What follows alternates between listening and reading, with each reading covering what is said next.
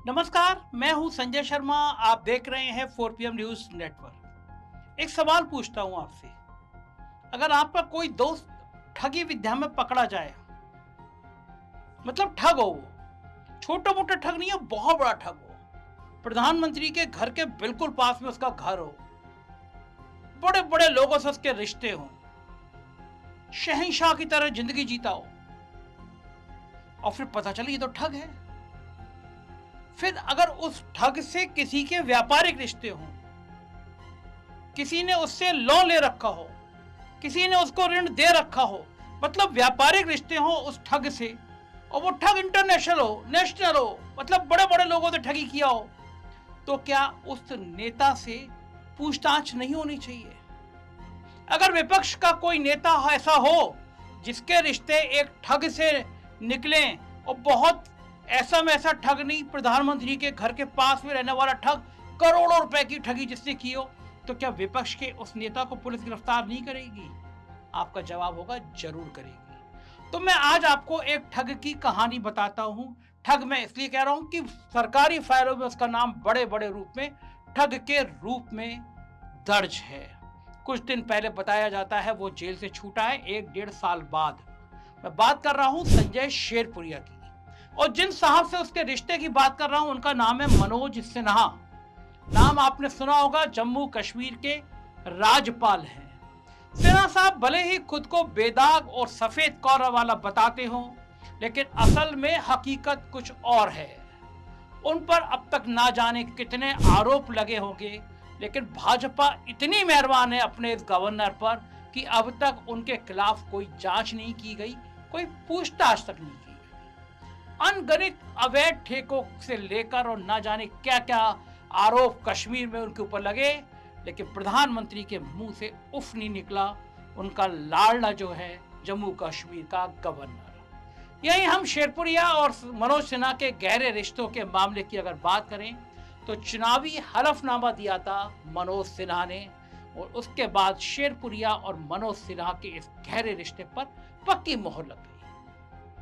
दरअसल उपराज्यपाल मनोज सिन्हा ने 2019 के लोकसभा चुनाव से पहले शेरपुरिया से 25 लाख रुपया उधार लिए थे। संजय शेरपुरिया, याद रखिएगा, ठग संजय शेरपुरिया से उससे 25 लाख रुपया हमारे माननीय राज्यपाल महोदय ने उधार लिया था। मनोज सिन्हा ने अपने चुनावी हलफनामे में इसे अनसिक्योर्ड लोन के रूप में दिखाया था, जिसको लेकर एक सवाल था। ये सवाल हर एक का पूछने का दायित्व है कि मनोज सिन्हा जैसा ऊंचे ओहदे पर बैठने वाला व्यक्ति अगर संजय शेरपुरिया जैसे ठग के साथ लेन देन करता है और रिश्ते रखता है, तो भाजपा उन पर इतनी मेहरबान क्यों है?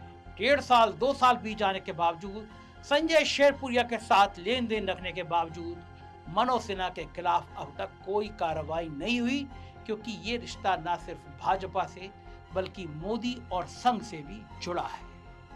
आज का आलम यह है कि भारतीय जनता पार्टी के राज में जो भी मोदी शाह के गुणगान करता है वो सर आंखों पर बिठाया जाता है, लेकिन जो भी भारतीय जनता पार्टी के खिलाफ जाता है उसके खिलाफ भारतीय जनता पार्टी जांच एजेंसियां और जेल का प्रयोग करती है।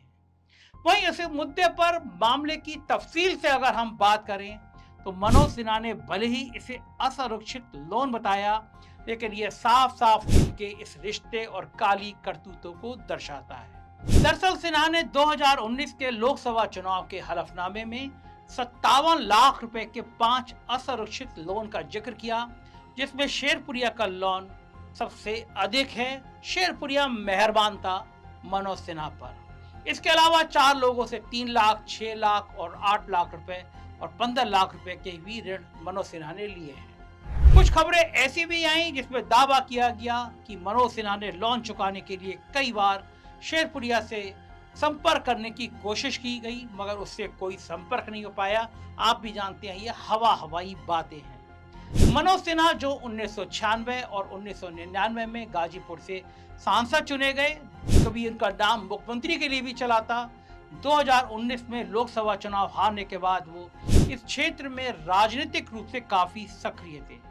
वहीं आपको मैं बता दूं कि सिन्हा 2014 में यूपी के गाजीपुर से लोकसभा चुनाव जीत गए थे, मगर 2019 में बहुजन समाज पार्टी के उम्मीदवार अफजल अंसारी से वो चुनाव हार गए थे। इसके बाद भी वो पूर्वांचल की राजनीति में सक्रिय हुए, जिसके बाद अनुच्छेद 370 हटाए जाने के बाद जब सत्यपाल मलिक को हटा दिया गया, उसके कुछ समय बाद उनको अगस्त 2020 में जम्मू और कश्मीर का राज्यपाल बना दिया गया।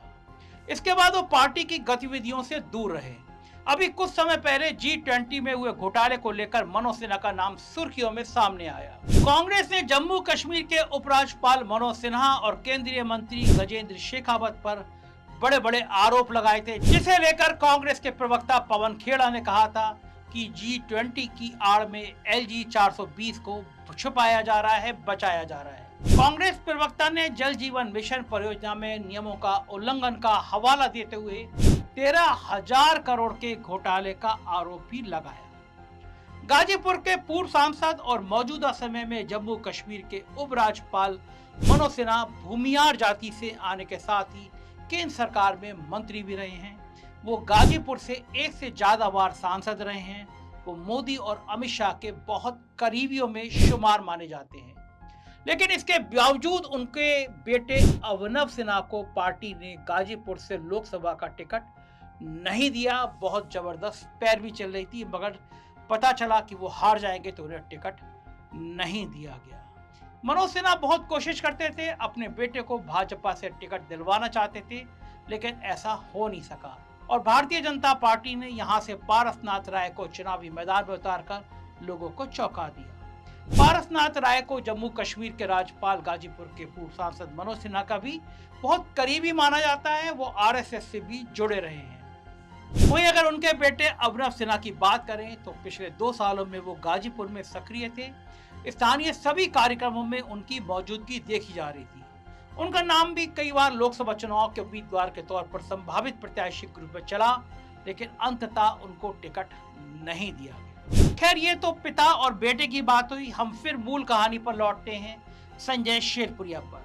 संजय शेरपुरिया तब चर्चा में आया जब उत्तर प्रदेश की स्पेशल टास्क फोर्स STF ने उसको गिरफ्तार कर लिया और ये कहा गया कि संजय शेरपुरिया दिल्ली में प्रधानमंत्री के घर के बराबर में बैठ के दिल्ली दरबार का बहुत करीबी हो गया था। उसके बाद योगी आदित्यनाथ के इशारे पर उसे गिरफ्तार कर लिया गया। उसकी गिरफ्तारी के बाद कई कारनामों की एक एक करके परत खुलने लगी। संजय शेरपुरिया के रसूख और पहुंच की कथा धीरे धीरे खुलकर सामने आने लगी। STF ने शेरपुरिया पर व्यक्तिगत लाभ के लिए प्रधानमंत्री के नाम का दुरुपयोग करने का आरोप लगाया। पुलिस की नजर में वो शातिर ठग है जो प्रधानमंत्री, PMO, केंद्रीय मंत्रियों और भाजपा और संघ के वरिष्ठ नेताओं से अपनी नजदीकी बताकर लोगों को नौकरी दिलाने और टेंडर पास करने का झांसा देता था, पैसे ऐंठता था। लेकिन गिरफ्तारी के बाद जिन खास और रसूखदार लोगों के करीबी होने का उसे दावा किया, वो खामोश हो गए, चुप हो गए। लेकिन जो तस्वीरें आई वो काफी चौंकाने वाली थी और आज वो तस्वीरें वायरल है। संजय राय शेरपुरिया को केंद्रीय मंत्रियों, उत्तर प्रदेश के कई मंत्री, उप मुख्यमंत्री, भाजपा पदाधिकारियों, संघ भाजपा से संबद्ध वरिष्ठ पत्रकारों समेत संघ प्रमुख मोहन भागवत तक के साथ मंच शेयर करते हुए तस्वीर देख सकते हैं। ये केवल किसी बहाने या किसी तरह बड़े लोगों के पास पहुंचकर फोटो खिंचा लेने और नाम के दुरुपयोग कर पैसे कमाने का खेल नहीं है, बल्कि ये घटना हमारे देश के हुक्मरानों के चाल चरित्र को तार तार कर देती है। संजय शेरपुरिया के संबंध की अगर आप बात करें तो इनके संबंध काफी जानी मानी हस्तियों से हैं।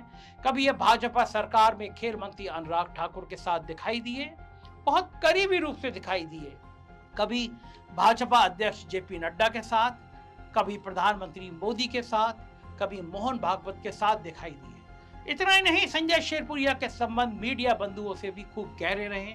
अंजना ओम कश्यप, रजत शर्मा के साथ, अन्य पत्रकारों के साथ भी ये देखे जा चुके। साथ ही राजनाथ सिंह, अमित शाह के बेटे जय शाह, रवि किशन, केशव मौर्य, गिरिराज सिंह और मनोज तिवारी जैसे नेताओं के साथ भी ये काफी देखे जाते रहे हैं। देश के नीति निर्धारकों और सत्ता संचालन में शीर्ष पर बैठे लोगों से उसके घनिष्ठ रिश्ते बहुत गहरे थे। इस नजदीकी में उसका गुजरात कनेक्शन भी काम कर रहा था, तभी तो कई उद्योगपति उसके ट्रस्ट को करोड़ों का दान देते थे और वो गुजरात, दिल्ली और उत्तर प्रदेश में समाज सेवा कर रहा था। एसटीएफ के अनुसार संजय राय शेरपुरिया प्रधानमंत्री आवास के करीब रहने का दावा करता था और लोगों को ठगने के लिए प्रधानमंत्री और केंद्रीय मंत्रियों के साथ खींची गई तस्वीरों का इस्तेमाल करता था। उस पर प्रधानमंत्रियों से लेकर बड़े बड़े उद्योगपतियों और नेताओं के रूप में पैसा वसूलने का आरोप है। लखनऊ के विभूति खंड पुलिस स्टेशन में दर्ज एक एफआईआर के अनुसार उसने एक ट्रस्ट के लिए दान के रूप में दिल्ली के एक प्रमुख उद्योगपति से 6 करोड़ रुपए अपने ट्रस्ट में लिए। सिर्फ डालमिया फैमिली ट्रस्ट ऑफिस और कुछ अन्य कंपनियों ने भी youth rural entrepreneur foundation YREF को पैसा दान नहीं किया, बल्कि पिछले साल दिसंबर में केंद्रीय मत्स्य पालन पशुपालन डेयरी मंत्रालय ने राष्ट्रीय डेयरी विकास बोर्ड NDDB के माध्यम से 2 करोड़ रुपए की सब्सिडी को मंजूरी दी, क्योंकि शेरपुरिया गाजीपुर में राष्ट्रीय गोकुल मिशन के तहत नस्ल गुण फार्म स्थापित कर रहा था। कुछ रिपोर्ट के मुताबिक YREF को लिखे पत्र में पशुपालन डेयरी विभाग ने राष्ट्रीय गोकुल मिशन के तहत 5.85 करोड़ रुपए के नस्ल गुणन फॉर्म स्थापित करने के यूथ रूरल फाउंडेशन के प्रस्ताव को मंजूरी दे दी थी। इसमें विभाग ने NDDB के माध्यम से अनुदान के रूप में वित्तीय सहायता के रूप में 2 करोड़ रुपए के भुगतान की स्वीकृति दी थी। ऐसे में सवाल बनता है कि आखिर कब तक इस तरह का काम चलता रहा और पूछताछ नहीं हुई। इसके अलावा संजय शेरपुरिया के लखनऊ की लॉबी में भी बहुत घनिष्ठ रिश्ते थे। बताया जाता है जब अवनीश अवस्थी यूपीडा का काम संभाल रहे थे, बहुत ताकत में थे, संजय शेरपुरिया उनके पास जाया करता था, ऐसी चर्चा है। यूपीडा में संघ की संस्कृति पर रखे गए एक साहब संजय शेरपुरिया के बहुत करीबी थे और वो अवनीश अवस्थी और शेरपुरिया के बीच में माध्यम बनने का काम करते रहे।